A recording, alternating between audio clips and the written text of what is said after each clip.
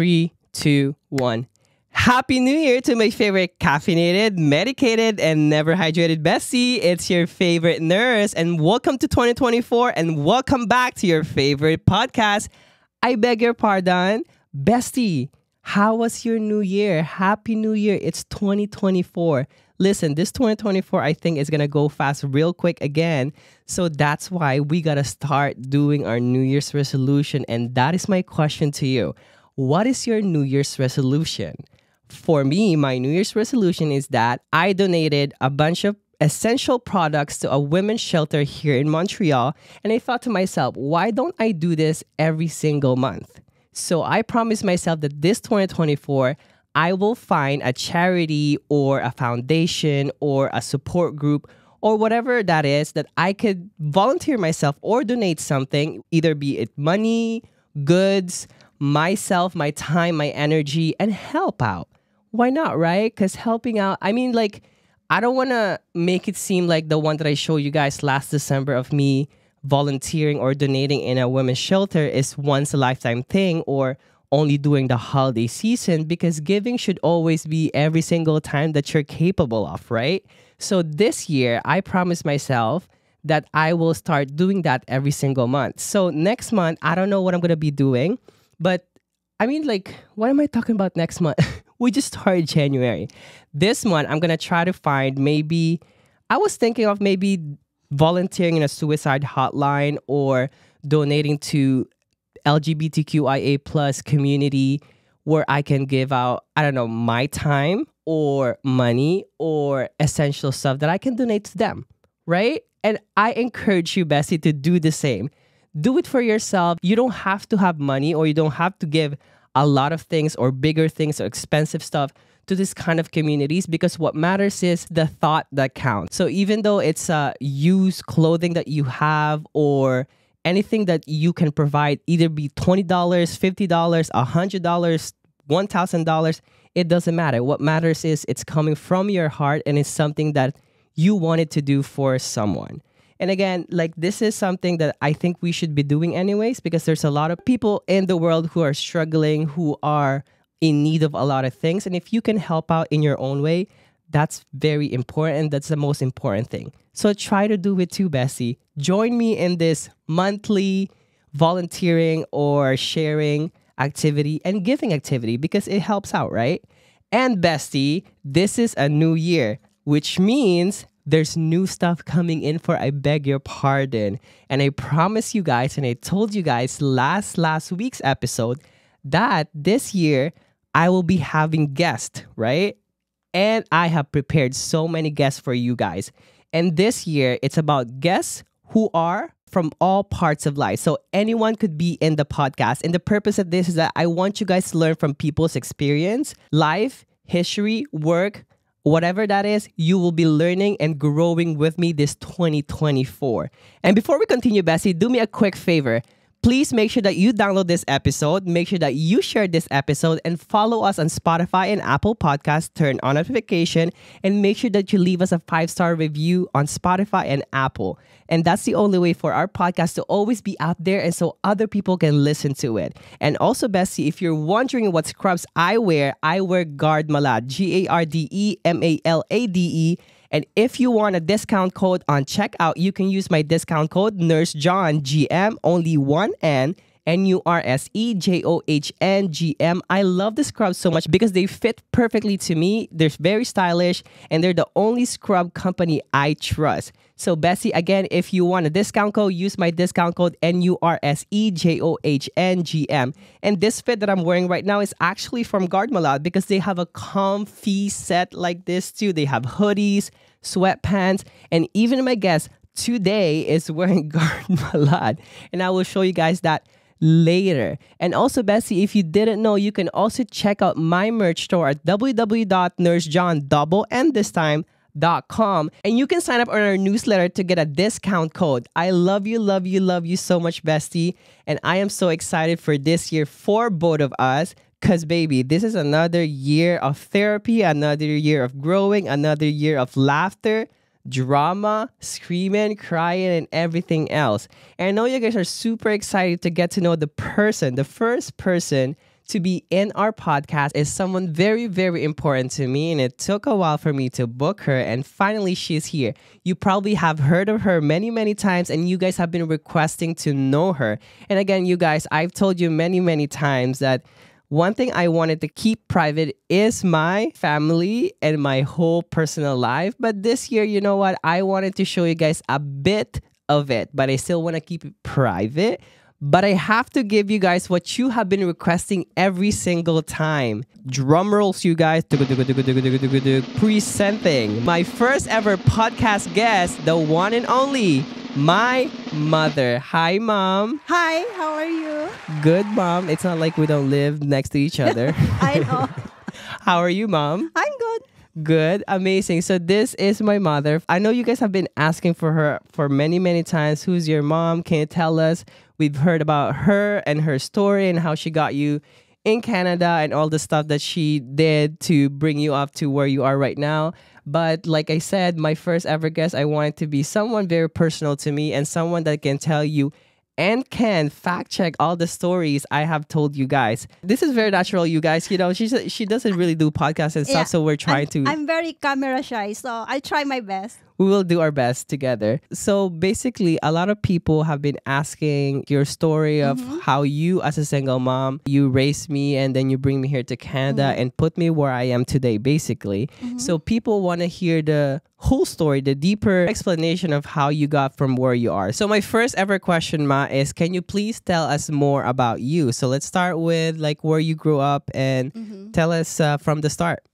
Okay, I grew up in Hagunoy, one of the town in Bulacan. Right. Yeah, and then I have my high school in St. Anne's Academy, where you also have your high school. Yes, and my elementary. Elementary. Yes. Yeah, elementary high school. Yes, exactly. Yeah, so, and then I have 3 siblings, 2 boys and 1 girl.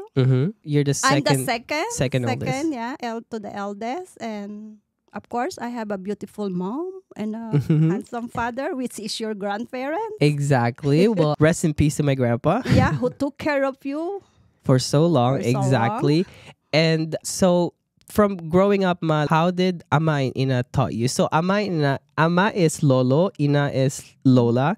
That's how we call them. How did you grow up as a kid, Ma? Yeah, actually, Ama is very strict. You know that. Yeah, he's very strict. He's Like- very traditional. Yeah, just by the look of his eyes, you know, you have to stop. Something like that. So my grandpa, just sorry, Ma, for cutting you Yeah. off. He has this RBF, so resting bitch face. So it's like he looks very serious and he looks like he's a scary guy, but he's really not. But also when he looks at me when I was a kid, I already know when he's mad and I'm not gonna do anything. Yeah. So that's what my mom is trying to tell you Yeah, guys. that's the way.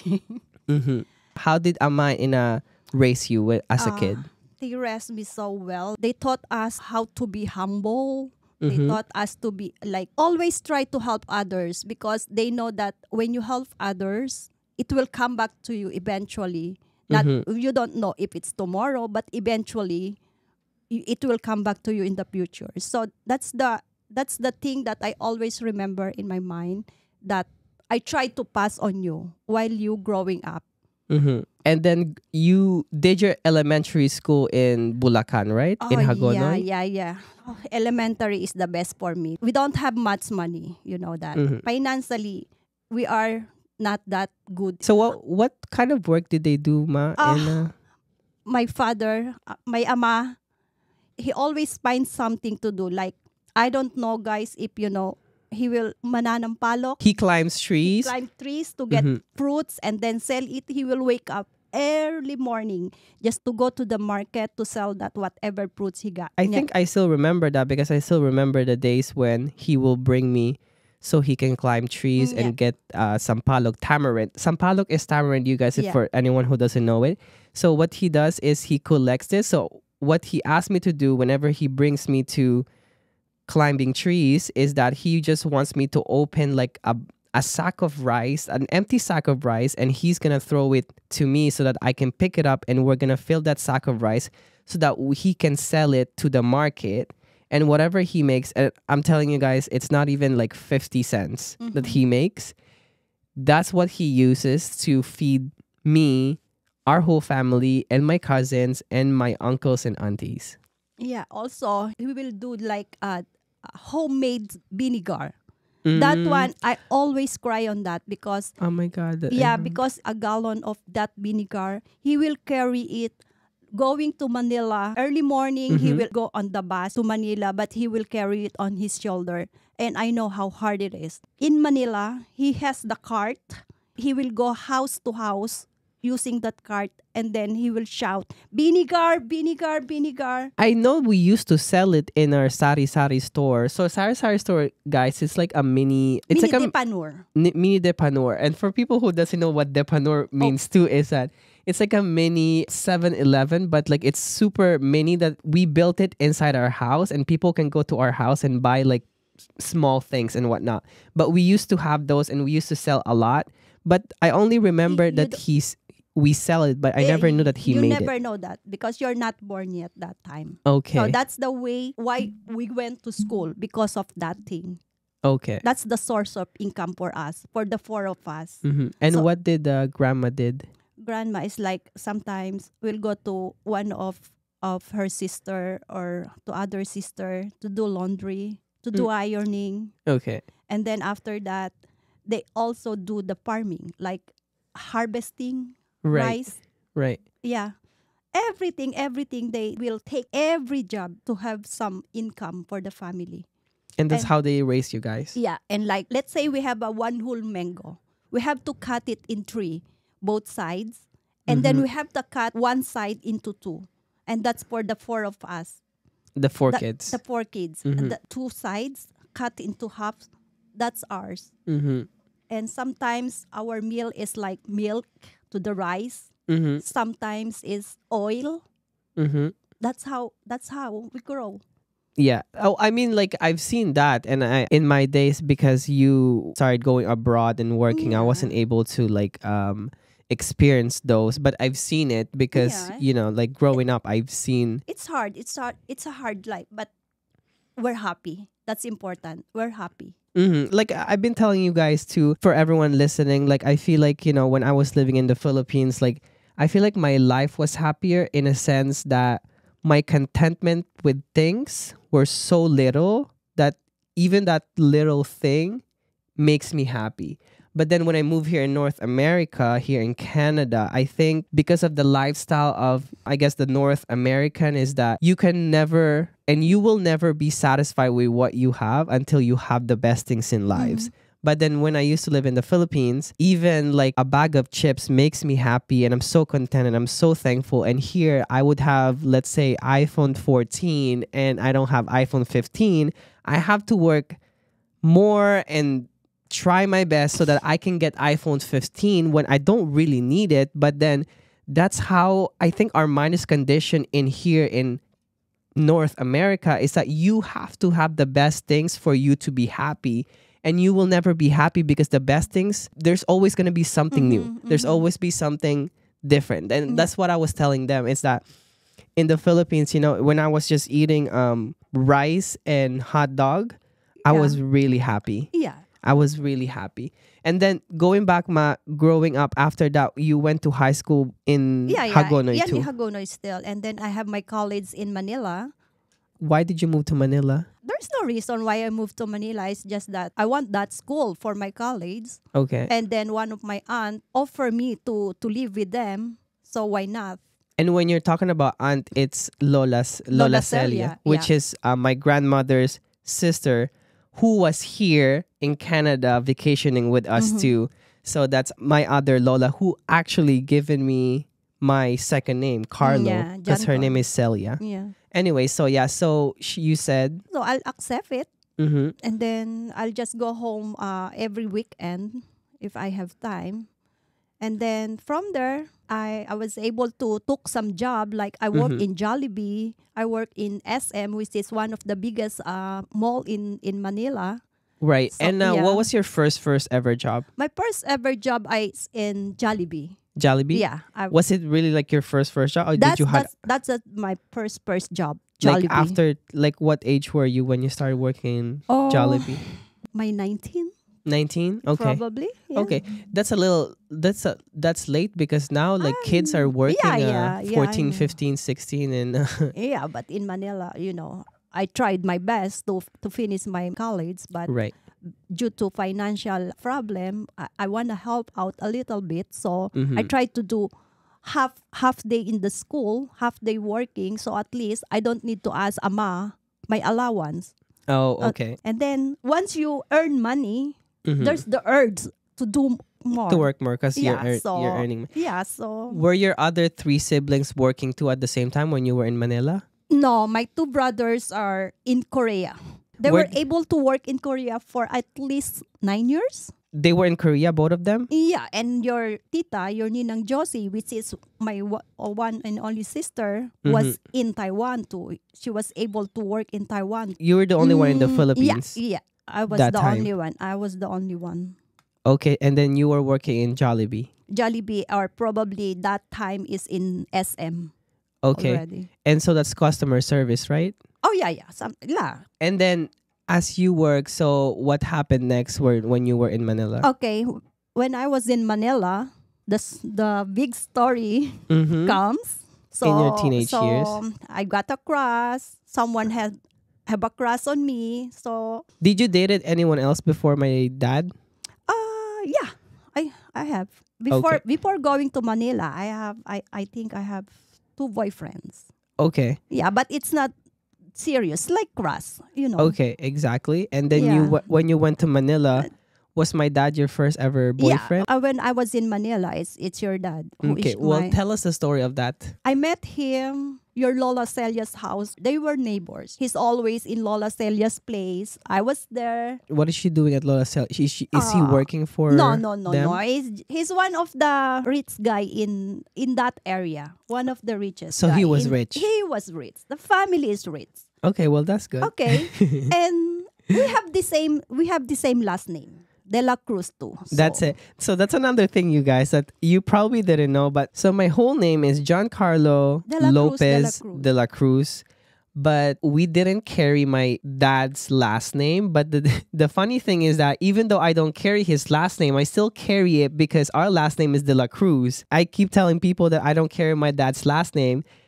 I will always still carry it because his last name is De La Cruz. So it's like De La Cruz, De La Cruz. So anyways, so yeah, going back to my my dad. So you guys met. Your and dad is handsome, just Okay. like you. Just Okay. to let you know. So, okay. I know you see him, so I mean, growing up too, I've been always trying to find a way to kind of like find his face because you guys always describe him to me that, he left us, but he never really wanted to have a kid with you and everything. Yeah. And I always try to find a way to see what he looks like growing up because Just, there's no pictures. There's like 3 or 4. And as time passes by, we always get flood in the Philippines, back in Bulacan, in Hagonoy. And I think those pictures that they kept so that they can show it to me because they told me that the only reason that they kept those pictures is that so that you can show it to me. That's what at least grandma tells me. And I think as time passes by, we just keep losing and losing and losing it. And all those pictures are gone. So I was like, I've never really had a good memory of how he looks like. But I still remember that one picture that I have. But the picture was so bad because it's from like the old cameras. So I was like, okay, well, you guys keep telling me I look like him. So I guess I just look go, like him. Just go to the mirror and you'll see your dad. So do I really look like him? Yes, you are. But right now, you look like me. Right. That's what you're saying every time that no, you don't look like him, but you look like your mom. But I was like, I feel like you guys are just saying that so that No. You do look like your dad before, but growing up, you turn out to look like your mom, which is an advantage for you advantage for me. because Good. your mom is beautiful. So going back, Ma, so then you guys started dating. Can you tell us how you guys dated? How was it? Like Actually, we didn't dated that long, like probably three times. okay, No, so you no, guys went out 3 Went times? out 3 times, and And you I guys think that's the time that we decided to make Giancarlo de la Cruz. Okay. And So, I guess you guys didn't use any protection that time. actually, to be honest, I'm not aware of protection that time. I even thought once the guy touch you, you'll get pregnant. That's how ignorant am I, really, to be honest. Which is completely okay, because when I was growing up too, I thought like Google is like, it's a Pornhub site or anything.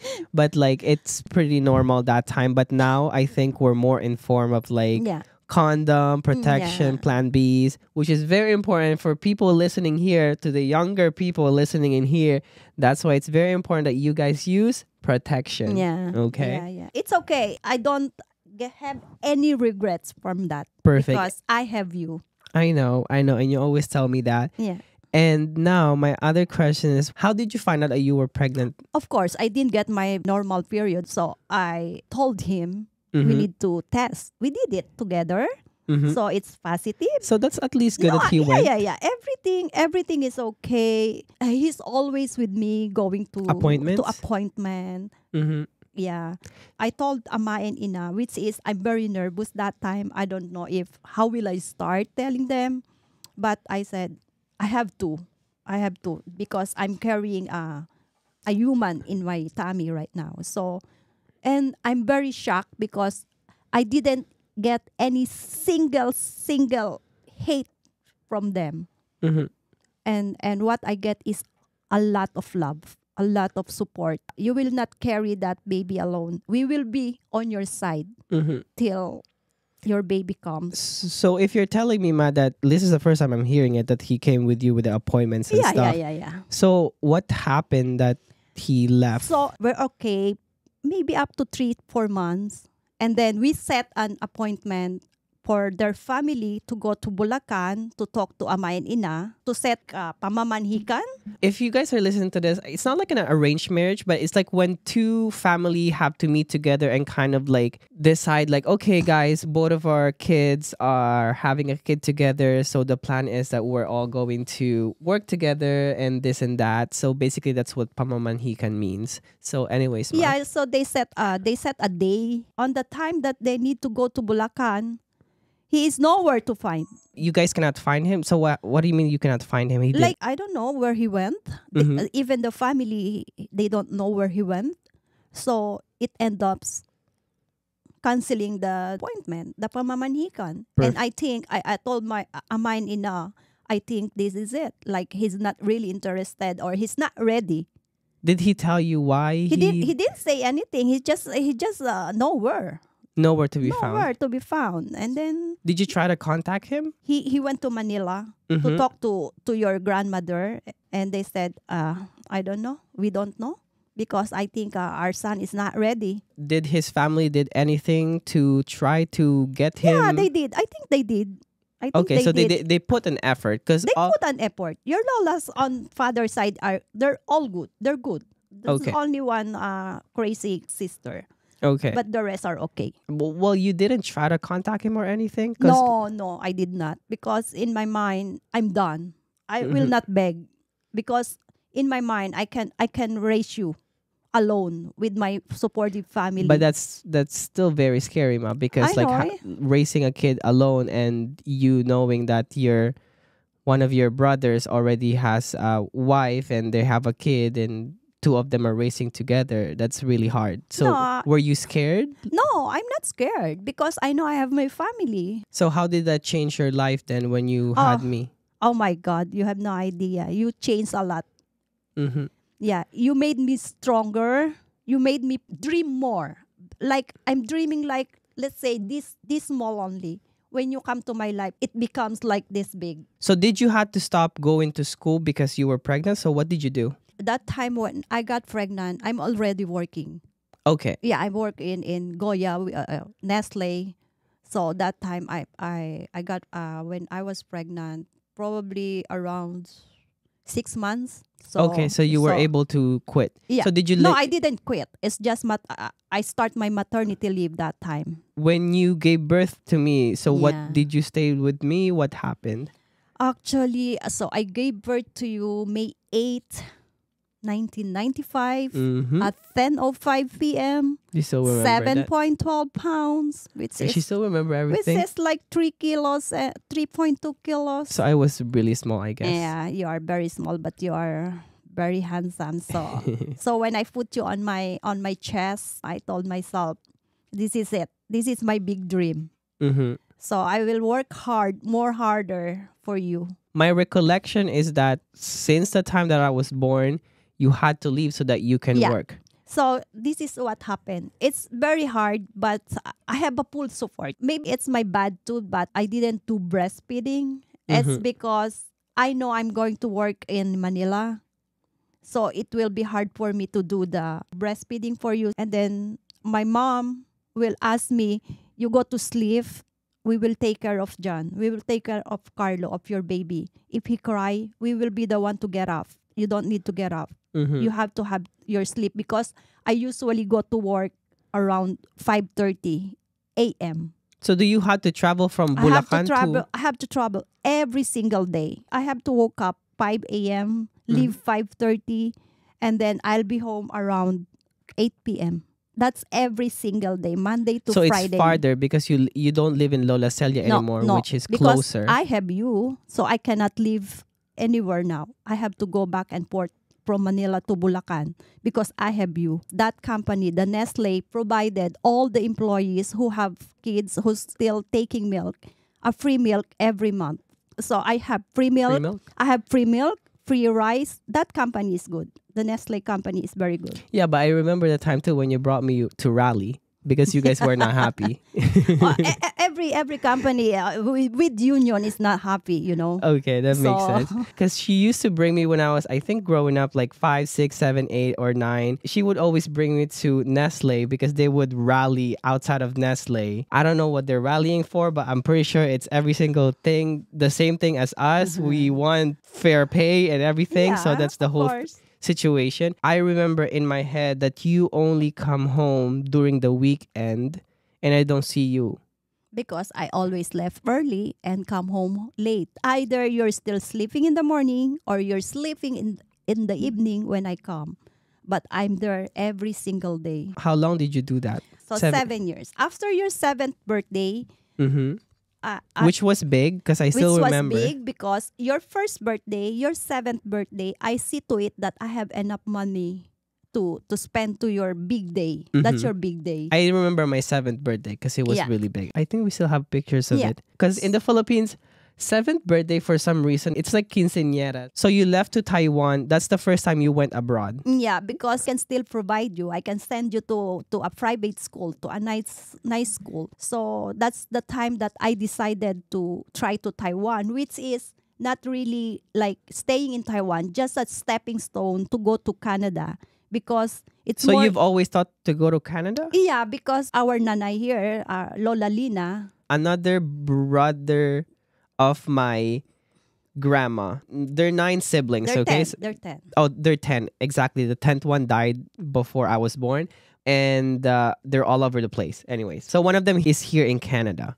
Okay, Yeah. so you've always thought to go to Canada. It's Yeah. not because it came as an opportunity. No. I always want to go to Canada or anywhere outside Philippines because I know there's more chances of having more salary than... My salary in Philippines is okay, Okay. but I need more Right. income. So my question for you to that is that weren't you sad the fact that you're leaving me? Because I know you always tell me this, that the reason why you left is because you want to give me the best of the best in life.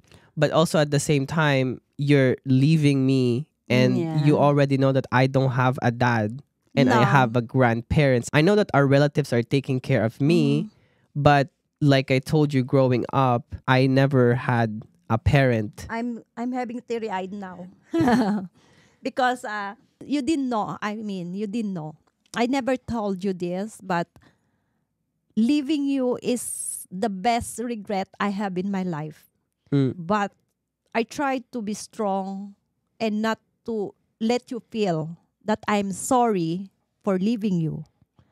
Because in my mind, I have to do it again because I want to give you the best. And that's what you've always told me. Yeah. And because I still remember this too very, very much in my mind, that every single time you come home for vacation, wherever Yeah. you are, because she's been in a lot of places and we're going to talk about that. I still remember that it's always a depressing and a crying situation because you Yeah. stay not even longer than a month. How And long did you work in Taiwan? I did it only for a year. More than a year. I Was it think only a year? more than a year. More than Okay. a year. Because it's not really my dream to go there. Just a stepping stone Mhm. because it's very hard to apply from the Philippines going somewhere. It takes like 3, 4, 5 years. Mhm. But go outside Philippines, it will take you months. Right. So I have to do that. Okay. So then you work in Taiwan I and work in Taiwan, as a and what? from there, I met another guy, Mm-hmm. which is very good guy, a very good guy, I and you know that. my ex stepdad, who I love dearly in my heart because I still remember the times that my mom would bring a guy home when I was little, and I just never felt good with all of them. I don't know how many of them I have met, but every time she brings someone, I just never feel good. I think growing up, I've always been so like very clear and loud about my opinion because I can be honest with her. So I tell her that I don't like the guy and she would not continue dating them. And then she met this guy in Taiwan, right? Yeah, If in I still Taiwan. remember. Yeah, in Taiwan. His name is Lawrence, and he was a very different guy in a sense that he treated me like his own son. Again, you've heard it this whole time that I've never had a dad. So having someone like him treat me as his own kid never felt good. And it was really nice to feel like, oh, this is how it feels like to have a dad. And he has his own kids. So, like, for me, first of all, if you've already had kids and you treated me like one of your kids, that's very unique because not every single step father or mother would accept another kid because they would only care about their own kid. And so it was a blessing. So then he was approved on my side, and I guess my mom approved it at the same time. So then Yeah, so you guys got married. yeah. Yeah, before I go to Canada, he surprised me. He went to Bulacan and asked me to marry him. So I love him, so I said yes. You guys met in Taiwan, Yeah, right? we met in In a Taiwan. disco. In a disco. No, actually in the church. Was it in the In church? the church. Okay, well, And that's then two different stories. and then I've heard. we end up going to the disco after church. Well, praise to God. Okay, Yeah. well, okay, so you guys met in the church and the disco because you showed me pictures of him Yeah. even before he comes to Bulacan. And I think Yeah. that's a way of you trying to introduce him to me. And I you're like, always do. Whoever my suitors are, I got your approval first. exactly. If you say no, no. Exactly. And he was just so different from all of them. So then you guys got married. It was so nice. And he treated me right. He treated my grandparents right. And Yeah. he was like a family. Like he would bring me to places.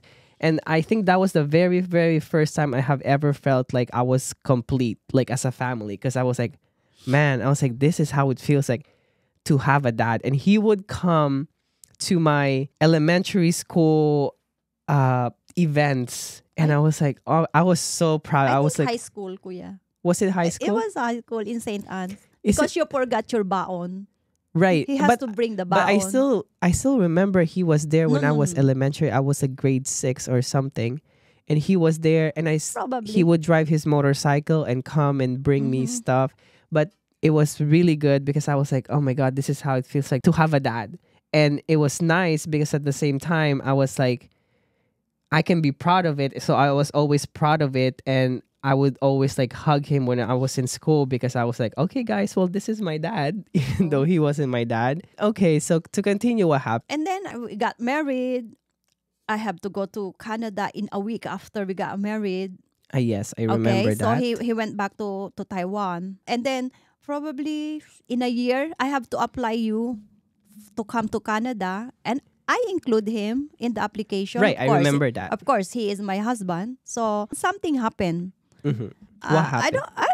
don't. Maybe I don't need to tell, but something happened that has something to do with our relationship. So probably I can say maybe I didn't try to investigate if that gossip is true or not. I just decided I'm canceling him for the application to go to Canada. Did you hear that? Canceled. So because Period. one of my cousin told me that he saw him with another girl, which is my bad also that I didn't investigate first. I didn't even ask him. I just decided okay, you're not going to Canada. It's your loss, not mine. And So that's it? Like you no, need... no. I talked to him because I need his consent to get divorced. So I'll be free.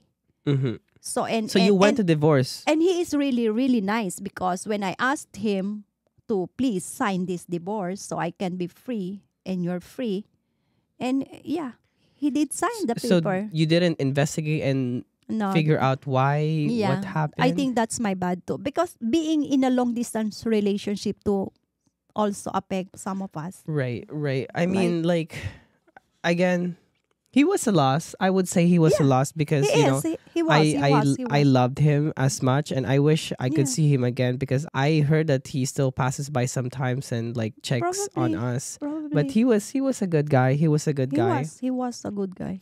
And then moving on, Ma, after that, you went to Canada. I went to Canada. I applied you, and then a very bad news came. Your lolo died.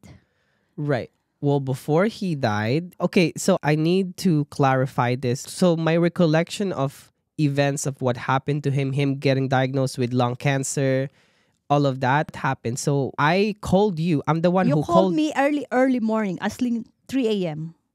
But what happened first? How did you guys find out that he was? Because I know I was texting you in Yahoo Messenger. I think we communicate through Yahoo Messenger every time, like webcam. That's my biggest question because the first time I always send them money to see what whoever doctors who can find what's going on with him. And what I'm very, very mad is the first finding is already a stage 4.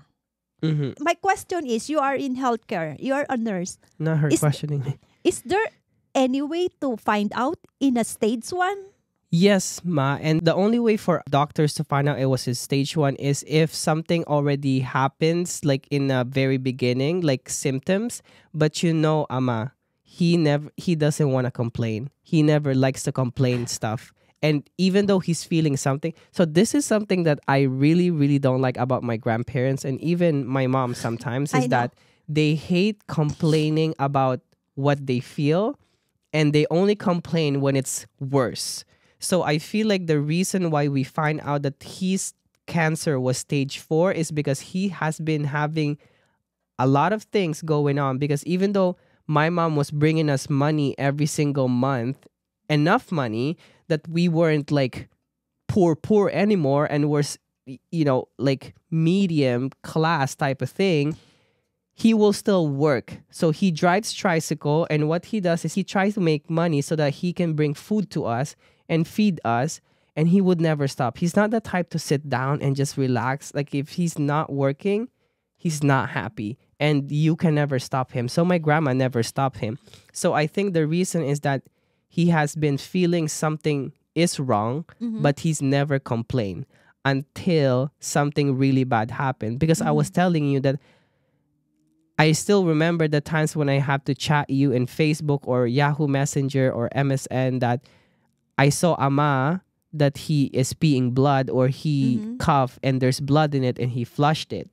And I think already in that situation, he was worse, but he was not saying anything because he's a chronic smoker. He smokes packs of cigarettes every single day. And he would ask me and my cousins to buy him every single time. And he would give us like a bit of money as like a reward for buying him that. And that's always has been the situation. So I think that's the reason why when we finally did something, what did he complain? What happened? I have no idea because as what you said, they're trying to hide it from me. So that's why I have a question. When you called me that Ama died, when I rushed to get a ticket to go to Philippines, my first question is, did you forget to give medicine? I know it's not a good question. It's just automatic from being, seeing your grandfather in that place. Yeah. And so when we find out that he was stage 4 lung cancer, what did you guys do? Because I can't remember fully. I still did my best to send money and ask them to see another option. If it's still okay, do we have any chances of saving him? And everyone else are saying, you just have to wait. Because I remember that he went to chemotherapy, right? Yeah. He went to chemotherapy. And where did you got the money? Because the money that you're sending, I still remember, was a lot. I have to make a loan. Mm. I have to borrow money from my friends. Mm-hmm.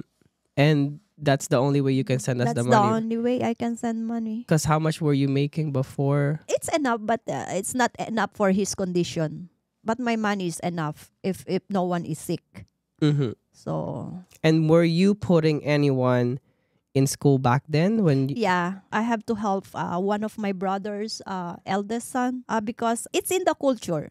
It's in the culture, especially if you're working outside the Philippines. If you can help, you help a little bit. So I send one of my nephew to college. and like you said, you did that because it's cultural, and but didn't you think about that it's gonna affect like what you're gonna be able to give to me as your own kid? Because I remember that you always tell me whenever you send money to make sure that I save up for myself, I don't buy too much because you don't have enough money to send.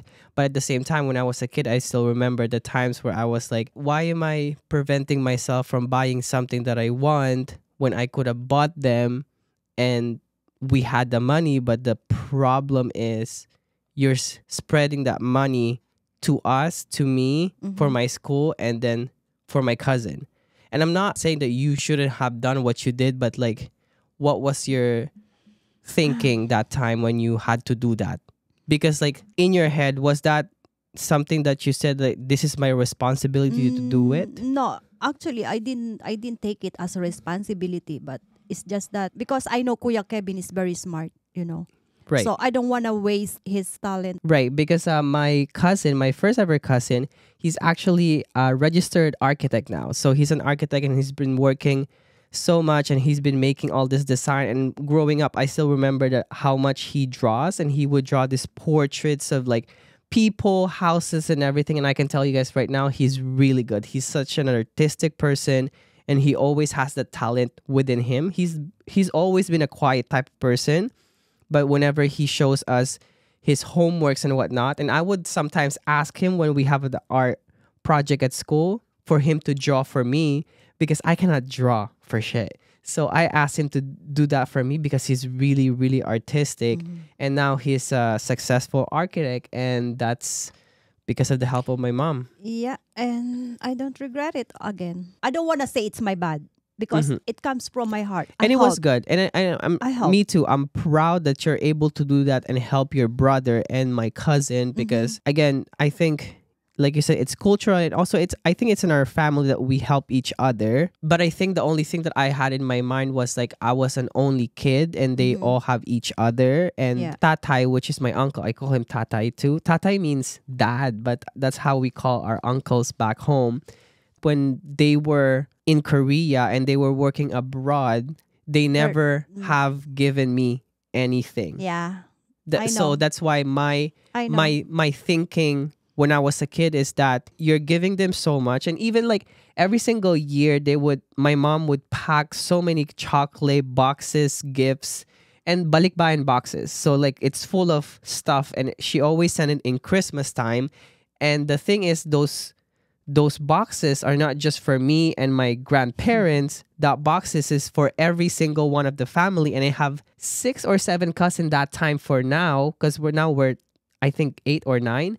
Anyway, so that time for me, I was like, you give so much to everyone, but none of your siblings I know. ever treated me like that, how you treated them. So I always question it, is that why do you do this to them? And like they never even considered it in my part. And I'm not saying my uncles and my aunties are bad, because honestly, I have the best uncles and aunties.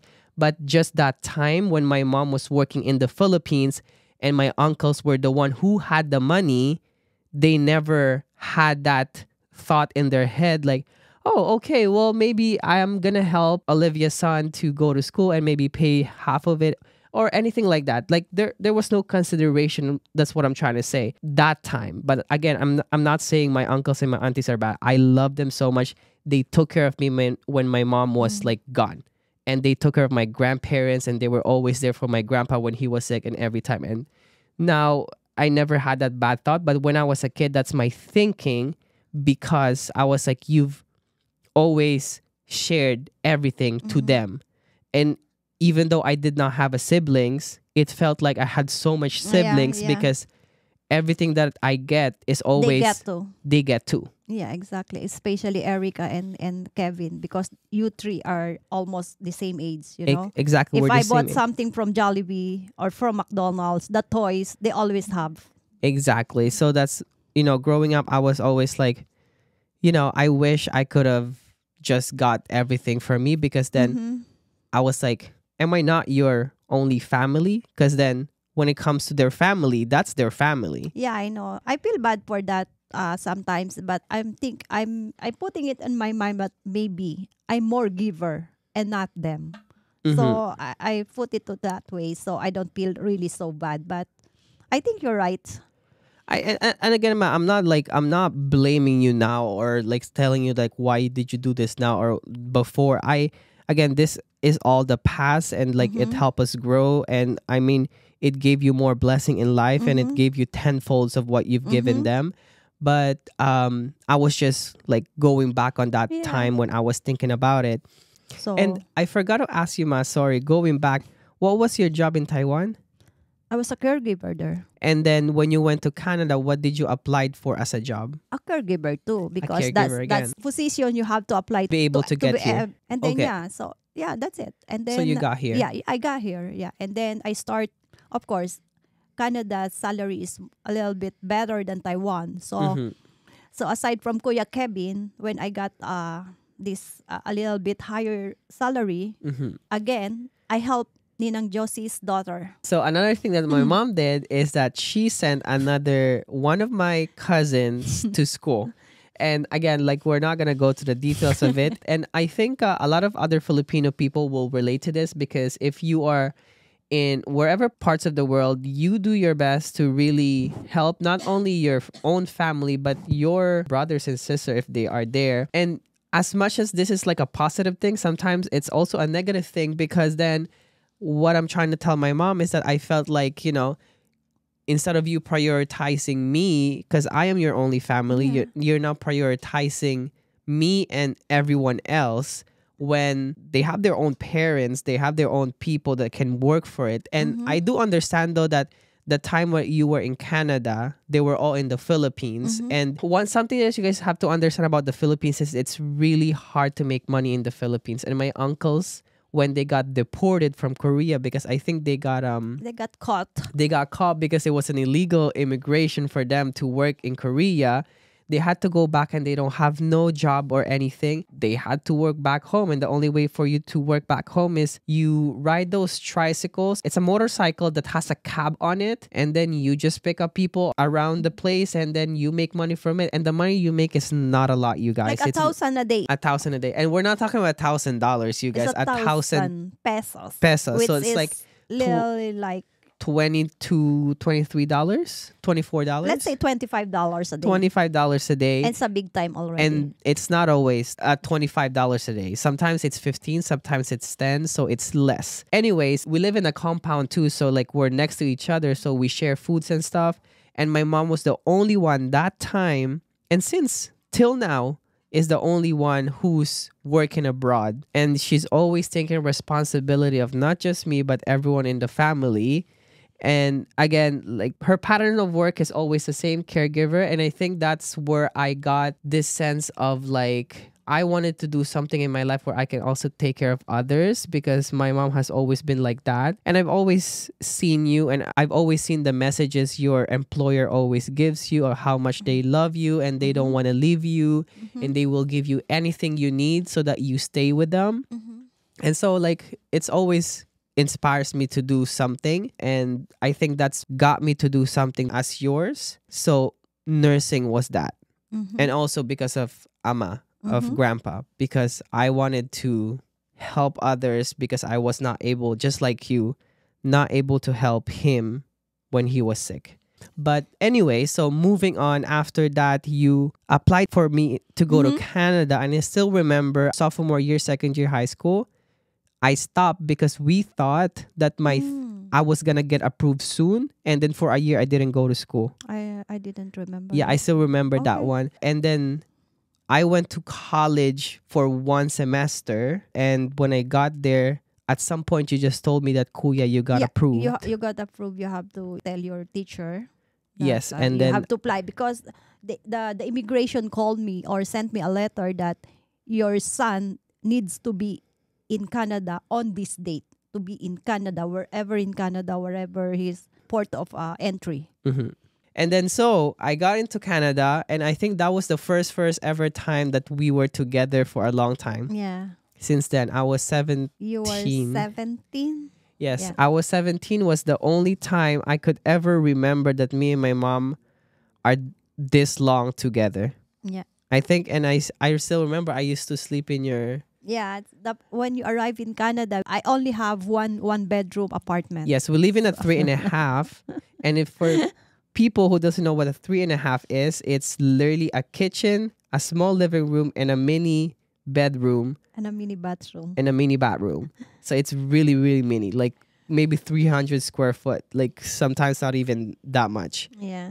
That's my first time too, like sleeping next to my mom. And I know I was really old at 17 to be sleeping next to you, but then No, you're this... my baby, so and we got together only this time, so I wanna be with you. Yeah, me I too. know. That's the same thing that I felt. So I was like, you know what, this is good. And then I came here to Canada, and then we're together. Mm-hmm. But it's really, really different because I'm 17 then, and like I told you, growing up, for me, I felt like our connection is not strong. Mm-hmm. It's not strong because we're never really together Yeah. for 17 years. Mm-hmm. And again, if those times that you're telling me that you were always there anyways when I was a kid, you were there, but I didn't know, I can't remember. Mm-hmm. So like our connection was not really strong. And that's one thing I wish we could have had, because I was like, I wish I could have felt like I had a mom, because I know you work hard to bring me where I am right now. But I think one thing was lacking is that I think you forgot too that I needed a parent Yeah.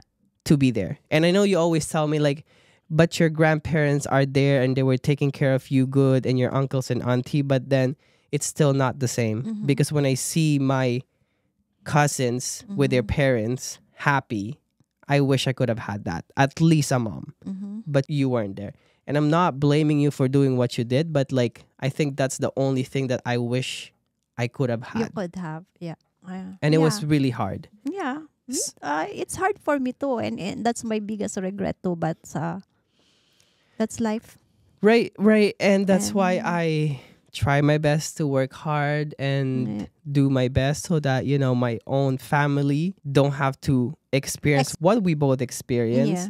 And I'm really, really thankful for all the hard work you do. And again, like I don't say it every time how much thankful I am for all the things that you do, but like just know... You let me cry, Kuya? But just know that I would not be where I am right now. I wouldn't be who I am right now. And all of this is because of you. And I hope you know that. And you don't always hear that from me. And you don't always hear me say thank you, Ma. But what I'm trying to say is that just know that, like, I'm so thankful that you've done what you had to do to give me the life that I have. Because these people right now wouldn't be listening to me if it wasn't for you, if you didn't have to do all what you did. And that's why I love single mothers, not in a relationship type of way, but I love them because, you know, single mom have it worse. And they still do. And women in general, I don't know how you did it, but you did what you have to do and you succeeded on it. And again, I think it's because of all the things that you've done. All the blessings that you shared to people in a different way. I will be helpful to other people, to our family, to everything. But I don't think with my own family, I would do exactly what you did so that I can avoid the things that I have I understand feeling. And I know that you did that and we always talk about it. So yeah, so that's our story. Actually, I'm learning slowly. I'm learning your way, Kuya. And I'm trying my best. And that too, like, I think as I grow old, we start learning our ways, and I started, you know, making her known that, Like, I can say no now. you can say no now. Yeah. And you're always still there, and she's always still there. She always is still there You have helping no me idea around. us. Because there are times that we did struggle. Mostly, I think it's when my grandpa was sick and also my uncle got into a car accident. And that too, After 2 months, grandpa died. Your uncle got accident that I need to spend like 1,000,000 pesos. she needed to spend 1,000,000 peso to like reconstruct his face because his face was completely smashed. And my grandmother had 2 operations, and that put my mom in a really, really bad death situation. It's a 3 incident that I was up to here. Drowning in death. Even at that time, she was still helping my cousins. Yeah. And, I think what happened is I had to control my own self and be in a situation where I felt like, why am I also suffering? Why are we suffering for this when we could have avoided this? Because those people, like my uncles, have their own partners and family who could have helped them. But I think it got to a point where my family It's very always dependent on me already. it's very dependent on her, and they think that I if can- something happens, Yeah. she's the person to go to. Yeah. Which is a bad thing. And that's what I'm telling her now is that, I'm sorry, Mom. I love my cousins. I love them. Some of them are really struggling and stuff. I have my own family now. I got married last year. And I will prioritize my family, my mom and my grandma, and then my cousins after. That's not because I don't want to help, but because I have my own priorities. And again, I don't want to repeat this whole situation of my cousins or my whole other family thinking that they can all depend on me. And there's always this misconception that if you are in another country, you make a lot of money. Yeah. And I know my mom don't make a lot of money because I see her struggle and I see her complain every single time to me that her body hurts, she's so tired, and I see it. And when we webcam, because that's how we communicate every time, I still remember when you message I me. have to always make beautiful and not tired. Yeah, But she always after I turn off the video call, I'm tired. exactly. And I know I have to hide. and I know she's suffering, but then she would never show it to me. And I just feel bad for her because she's taken this responsibility of the whole family doing this. So to anyone who's listening and felt like they have to take care of everyone in the family, you don't have to. You take care of yourself, you take care of your own family, and then, when the blessings are overflowing, that's when you share it. Just like what we were talking about last year, right? Self-care is self-love. You prioritize yourself first, and then when you're complete, you can share that love. Because my mom was pouring from a very empty cup. And then it affected me, it affected everyone in the family. And at some point, and this is what I'm telling you too, Ma, is that, there are times where you would be mad at me because I'm spending way too much of money and we don't have money, or you don't want to spend with me. And then I would always tell you, well, we could have had that money if only you didn't, Yeah. give it to everyone else. And again, that's past. But I guess for people who can relate to it, to listen to it and learn from it, and we've learned from it, and I don't regret everything that happened in our family because our family is happy in the Philippines. We're happy now here. And, I guess God bless us with something Yeah. in our life because, we're in a state right now where we could We're really okay. We're okay. we're okay. We could really be thankful for where we at in life because we were not struggling as we were Yeah. struggling like that before. I have my husband now. Yes, I have you by exactly. my side. Exactly, everything else. And that's what makes me happy. Well, you guys, this is my mom, and I hope you guys learned something and somewhat in our story together. And again, Ma, I just want to tell you that I'm always, always, always thankful of you. I'm proud of whatever you did and Thank have you. to go through Me too. to get to, to bring me and to get to where we are in life right now. And it's always in me, Ma. And I know I should say it more, but really, I'm grateful for whatever you did because I would never experience this life right now. I would never strive hard in life to get to where I am right now if I wasn't inspired of all the things that you did back then and now. And I think, again, me being a nurse is a reflection of me growing up with a very caring and loving family, which is my grandma and my grandpa and my aunties and uncle, and mostly you.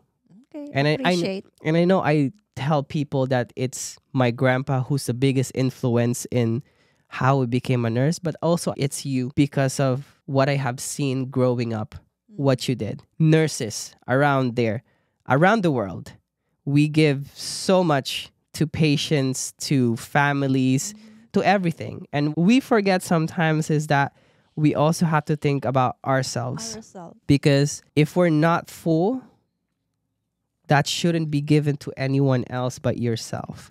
And I think my mom's story of like her whole life story, we can relate to that because I think that's what we do. We give so much and we take less and we give ourselves less than what we should be giving. But thank you guys so much for listening to this episode, the first episode of 2024, and you guys met my mom. Again, thank you guys so much for listening, and do me a quick favor, you guys, make sure that you download this episode, share it, follow us, and turn on notification on Apple and Spotify podcasts, and make sure that you leave us a 5-star review, bestie, so that we can keep this podcast out there.